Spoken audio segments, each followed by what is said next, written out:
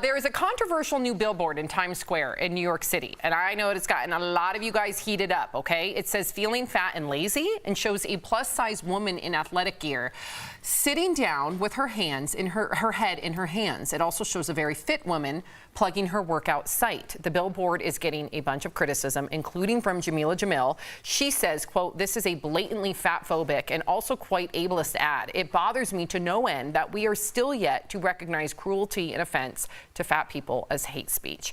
Tori, is this offensive, or is this woke culture going too far?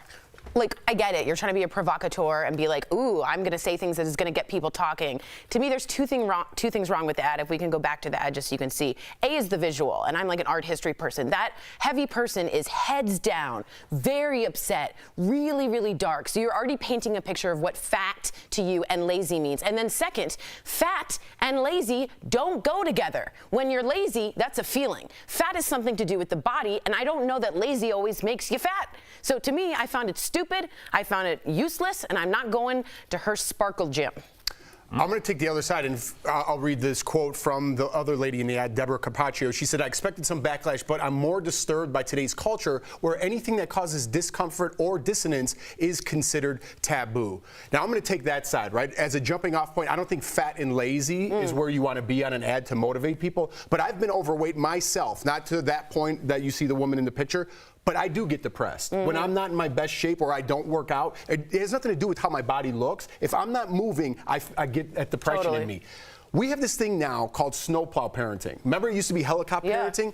It's moving all the obstacles for your children out of the way. They face no difficulty. They don't overcome anything, and growth happens at the end of your comfort zone. If you don't experience any growth in your whole life, if you don't experience any discomfort or have to overcome things yourself, when you hit the real world, when you're 21, 22, 23, and this is the first time you're facing discomfort, you're not going to handle it well. You're not going to grow from it. You're going to be an introvert and turn that down. I'm not saying fat and lazy is the name of the ad. It is getting eyeballs. We are talking about it. But we need to have adversity in our lives for people to grow. If you take away all that, people aren't going to grow. Without adversity, you're not going to grow. But can I respond really quickly? Is that I agree with you. That ad should be allowed to be there. I'm not saying don't let it be there. It can be there, but I'm allowed to have a consequence to that ad, and mine is to either boycott or really speak harshly, because that was my take on that ad. So as much as she can say that, I don't think insulting people is a really good way of saying come to me, with her looking like that with that little smirk. I found it ugly, in my opinion. You're right, and I said there's a better way to do that. Yes, you did. But also, for me, that's motivating. I feel you. David Goggins is one of the best inspirational people, at least in my life right now. And if you don't know who he is, look him up.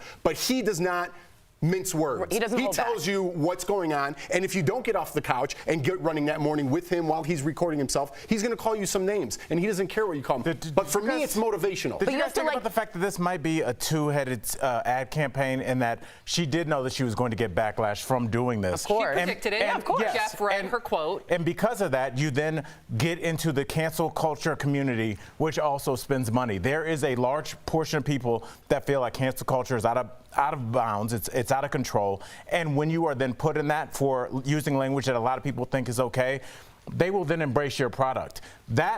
So Billboard, insulting is now a promotional strategy. Tori, I'm asking if answer that question. Absolutely. Insulting people, being offensive, is now a promotional, you think, an ethical promotional strategy. I didn't say ethical. When we start talking about capitalism, the E word is out of here. You don't believe ethics in capitalism. But don't you think absolutely not. When it comes to overweight people, they're at the bottom of the totem pole. Nobody's really speaking up, in my opinion, for their feelings. And I wonder why that is. Why do you think that It's always allowed. That's what I agree with you. Ageism, not allowed. The sexism, not allowed. But you're like, you're fat and lazy. It's like allowed. I don't think that's true. You're not allowed. We're not allowed to address obesity in this country at all. If you address obesity, which is a huge problem, you get caught. People are writing in right now and they're saying Jeff is fat shaming people. I'm not fat shaming people. I'm saying obesity is a huge problem that we do not talk about on this show, that people don't talk about out there because they're scared of getting canceled. Because if you bring it up, it's a problem, and people say they say, you know what, you're just fat shaming me. I want him off the air. They're not addressing. But there's always going to be people like that are like, you're doing nothing. We got to get past those people. We're getting to a point where we're taking obstacles out of the way for us, for our children, and it's a problem. It's a huge problem because we're not